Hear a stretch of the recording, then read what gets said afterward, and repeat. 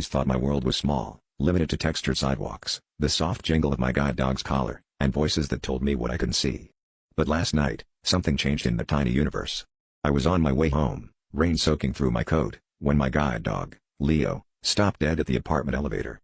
His body stiffened, tail tucked tight, and no amount of coaxing would budge him. I should have listened. Instead, I pressed the button, stepped in, and let the doors close, leaving Leo whining anxiously in the hall. At first, I heard only the hum of machinery and the plink of water dripping from my umbrella. Then, as the elevator jerked upward, the air shifted. Something was different, too warm, too close. I felt the subtle displacement, the kind that means someone else is there. But I never heard footsteps. Just a slow, wet inhale, like lungs dragging in stale air. My heart thudded. I called out, "Sorry, which floor?" Silence, then a whisper. Not words, just the soft scrape of breath, impossibly near.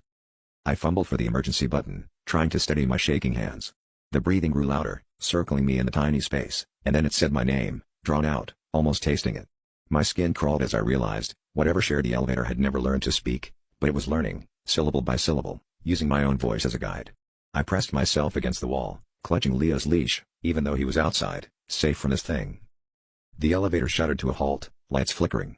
In the dark, the breathing pressed against my ear, and a voice, now almost human, choked out my name again. The doors hissed open, but I couldn't move, paralyzed by the knowledge that it knew me now, that had learned how to call me out of the darkness.